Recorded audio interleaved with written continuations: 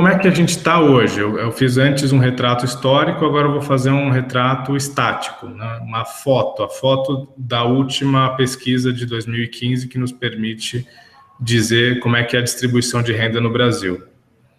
Aqui embaixo a gente vê que a população brasileira pode ser dividida de 10 em 10%, a gente teria 10 grupos de 10%, correto? Vocês que vão bem na prova de matemática do Enem vão saber fazer a conta talvez até melhor do que eu aqui. Os 10% mais, de 10 em 10%, a gente está dizendo, então, algo em torno de uma população de 20 em 20 milhões. Então, 10 vezes 20 milhões, 200 milhões. Aqui, então, a gente está distribuindo a população igualmente em termos populacionais. Como se fosse formando uma grande fila de pessoas ordenada por quanto ganha de renda mensal. E aí, o que a gente tem? A gente tem que as 20 milhões de pessoas que estão em primeiro na fila, ou em último na fila, eu diria, ganham, em média, R$ 117, que são os 10% mais pobres. E aí, os 20% mais pobres, ou seja, as 20 milhões de pessoas, entre 11 e 20 milhões de pessoas, desculpa, entre 11 e 20%, ganham, em média, R$ 274. E assim sucessivamente. Ou seja, o que a gente vê? Que a grande maioria da população brasileira tem salários médios muito baixos. Você vai ver que a primeira faixa que ganha acima de R$ 1.000 por pessoa dentro de uma casa, ela está aqui no 80%. Ou seja, 80% da população brasileira, ou diria 70% da população brasileira, ganha menos, em média, menos de R$ 1.000 por mês. E aí a gente vê crescer, e no último decil, que a gente chama, o último grupo de 10%, dá um salto, vai para R$ 4.500. O que esse gráfico está dizendo? Está dizendo que os 10% mais ricos do Brasil concentram muito da riqueza, ou seja, ele está dizendo a mesma coisa que o primeiro gráfico dizia.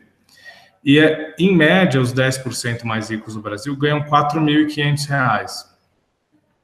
E o que, por pessoa, dentro de uma casa, né? Então, se a gente está falando uma família de um casal em que os dois trabalham, ambos ganham R$ 4.500, uma renda familiar de R$ 9.000, renda familiar per capita, dividido por pessoa que mora dentro da residência, R$ 4.500.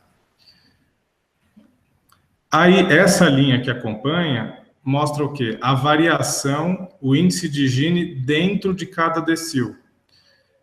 O Gini é a distribuição, é quanto desigual é uma população, em termos aqui, no caso, medidos em termos de renda.